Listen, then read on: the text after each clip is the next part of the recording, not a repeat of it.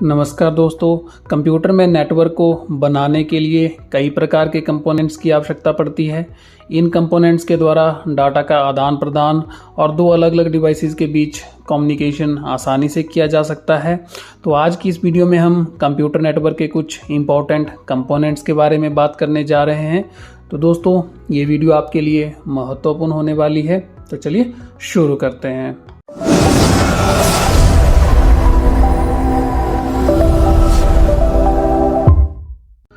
तो computer network को बनाने के लिए हमें जिन फिजिकल कंपोनेंट्स और सॉफ्टवेयर कंपोनेंट्स की आवश्यकता होती है उन्हें ही कंप्यूटर नेटवर्क कंपोनेंट कहा जाता है।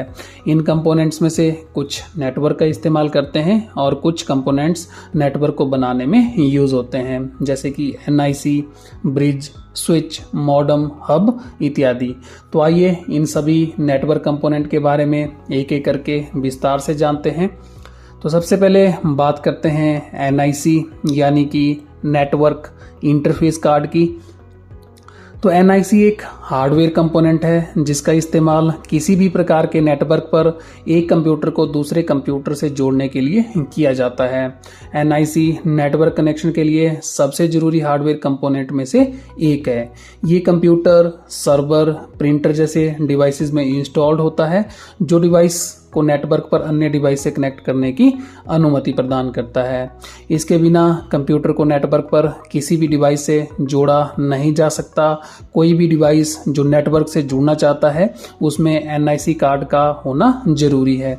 यहाँ तक कि स्विच और राउटर में भी नेटवर्क से कनेक्ट करने के लिए नेटवर्क इंटरफेस कार्ड इस्तेमाल होता है।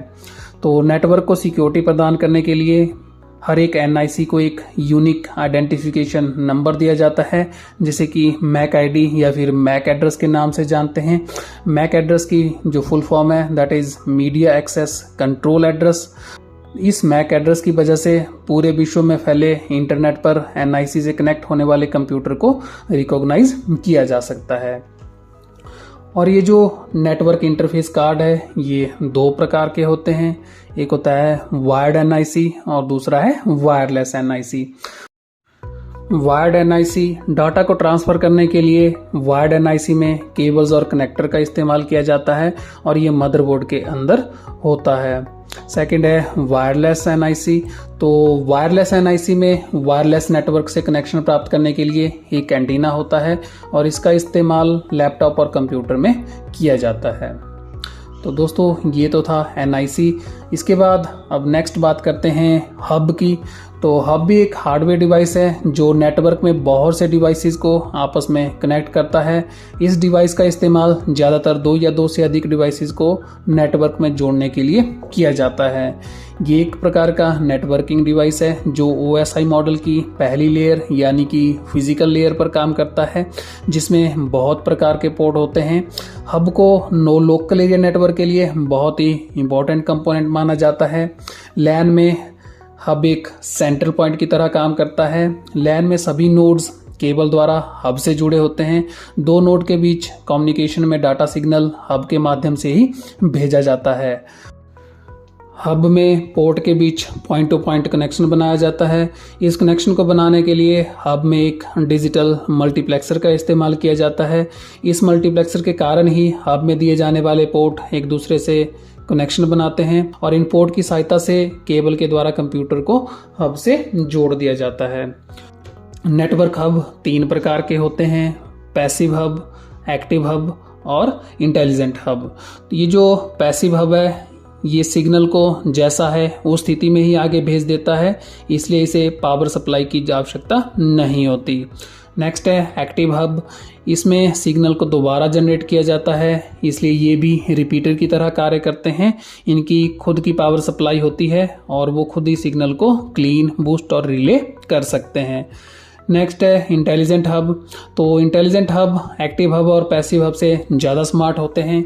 एक इंटेलिजेंट हब बड़ी ही आसानी से उन सभी कामों को परफॉर्म कर सकता है जिन्हें कि एक पैसिव हब और एक्टिव हब करते हैं, और साथ ही ये मदद करते हैं नेटवर्क रिसोर्सेज को इफेक्टिवली मैनेज करने में। नेक्स्ट अब बात करते हैं ब्रिज की। तो ब्रिज भी एक नेटवर्किंग डिवाइस है जिसका इस्तेमाल दो या दो से अधिक नेटवर्क को आपस में कनेक्ट करने के लिए किया जाता है, जिससे कि एक सिंगल नेटवर्क का निर्माण किया जा सके। ब्रिज OSI मॉडल की दूसरी लेयर यानी कि डाटा लिंक लेयर में काम करता है, इसलिए इसे लेयर 2 स्विच के नाम से भी जाना जाता है। ब्रिज के पास एक इनपुट पोर्ट और एक आउटपुट पोर्ट होता है, इसलिए ये एक 2 पोर्ट डिवाइस है। ब्रिज डाटा को भेजने से पहले डेस्टिनेशन एड्रेस को चेक करता है। यदि ब्रिज को डेस्टिनेशन एड्रेस मिल जाता है तो वो डाटा को भेज देता है, अन्यथा ये डाटा को ट्रांसमिट नहीं करता है। ब्रिज भी 3 तरह के होते हैं, लोकल ब्रिज, रिमोट ब्रिज और वायरलेस ब्रिज। नेक्स्ट अब बात करते हैं नेक्स्ट कंपोनेंट की, जो कि है स्विच। तो स्विच एक नेटवर्किंग डिवाइस है और ये ब्रिज का ही एक उन्नत रूप है। इसकी क्षमता ब्रिज से ज़्यादा होती है। स्विच 2 नेटवर्क डिवाइसेस को आपस में जोड़ने का काम करता है। इस डिवाइस को मल्टीपोर्ट ब्रिज के नाम से भी जाना जाता है। स्विच का इस्तेमाल LAN यानी कि लोकल एरिया नेटवर्क को कंप्यूटर के साथ जोड़ने के लिए भी किया जाता है। स्विच OSI मॉडल की लेयर 2 यानी कि डाटा लिंक लेयर में काम करता है, लेकिन आजकल ऐसे भी स्विच आ गए हैं जो कि OSI मॉडल की लेयर 3 यानी कि नेटवर्क लेयर में काम करते हैं। तो नेटवर्क में जब एक कंप्यूटर दूसरे कंप्यूटर को डाटा भेजता है तो वो डाटा के साथ साथ डेस्टिनेशन कंप्यूटर का मैक एड्रेस भी भेजता है। जब डाटा स्विच के पास पहुंचता है तो स्विच डेस्टिनेशन कंप्यूटर के मैक एड्रेस को चेक करता है और डाटा को सही डिवाइस के पास पहुंचा देता है। नेक्स्ट अब बात करते हैं राउटर की। तो राउटर एक हार्डवेयर नेटवर्किंग डिवाइस है जो OSI मॉडल के तीसरी लेयर पर काम करता है। इसका इस्तेमाल नेटवर्क में डाटा पैकेट को ट्रांसफ़र करने के लिए किया जाता है। जब कोई डाटा पैकेट आता है तब राउटर उस डाटा पैकेट को रिसीव करके उसमें मौजूद IP एड्रेस के अनुसार उसे उसके डेस्टिनेशन तक पहुंचा देता है। तो राउटर LAN को इंटरनेट से कनेक्ट करता है, यानी राउटर यूज़र को इंटरनेट की सुविधा प्रदान करता है, यानी इसका उपयोग यूज़र के द्वारा इंटरनेट को एक्सेस करने के लिए किया जाता है। तो राउटर नेटवर्क में डाटा ट्रांसफ़र करने के लिए राउटिंग प्रोटोकॉल का इस्तेमाल करता है। राउटर स्विच और हब जैसे अन्य नेटवर्किंग डिवाइसेस की तुलना में काफ़ी महंगा होता है। तो इसके बाद कुछ राउटर के टाइप्स की बात करते हैं। तो वायरलेस राउटर है, B router, core router, edge router और वर्चुअल राउटर। इसके बाद नेक्स्ट अब बात करते हैं मॉडम की। तो modem stands for modulator and demodulator. तो मॉडम एक ऐसा डिवाइस है जिसका इस्तेमाल एनालॉग सिग्नल को डिजिटल सिग्नल में और डिजिटल सिग्नल को एनालॉग सिग्नल में कन्वर्ट करने के लिए किया जाता है। किसी भी तरह के डाटा को एक स्थान से दूसरे स्थान में भेजने के लिए टेलीफोन लाइंस, केबल्स या फिर सैटेलाइट का इस्तेमाल किया जाता है।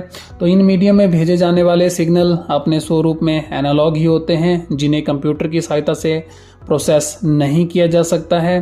तो इन सभी सिग्नल को कंप्यूटर में इनपुट देने से पहले डिजिटल सिग्नल में कन्वर्ट करना होता है और इसी प्रकार जब कंप्यूटर द्वारा सिग्नल भेजे जाते हैं तब वो डिजिटल फॉर्म में होते हैं, जबकि इन सिग्नल को आदान प्रदान करने वाला मीडियम इन्हें नहीं समझ पाता है। तो इसलिए मॉडम का इस्तेमाल किया जाता है। मॉड्यूलेटर डाटा को डिजिटल मोड से एनालॉग मोड में कन्वर्ट करता है, इसे मॉड्यूलेशन कहते हैं। और डीमॉड्यूलेटर इसे पुनः एनालॉग से डिजिटल में कन्वर्ट करता है, इसे डीमॉड्यूलेशन कहते हैं। अगर आसान शब्दों में कहें तो मॉडम डाटा को सिग्नल में कन्वर्ट करता है ताकि इसे फोन लाइंस, केबल या फिर सैटेलाइट कनेक्शंस पर आसानी से सेंड और रिसीव किया जा सके। मॉडम 2 प्रकार के होते हैं। इंटरनल मॉडम, तो इस मॉडम का उपयोग कंप्यूटर के CPU के साथ ही किया जाता है। और दूसरा है एक्सटर्नल मॉडम। ये मॉडम किसी भी CPU में एक्सटर्नल रूप से जुड़े होते हैं। नेक्स्ट अब बात करते हैं रिपीटर की। तो रिपीटर एक नेटवर्किंग डिवाइस है और इसका इस्तेमाल सिग्नल को डिस्ट्रॉय होने से पहले रीजनरेट करने के लिए किया जाता है। सिग्नल को रीजनरेट इसलिए किया जाता है क्योंकि जब सिग्नल एक जगह से दूसरी जगह में जाते हैं तो वो वीक होते जाते हैं, जिससे डाटा के लॉस होने की संभावना बनी रहती है।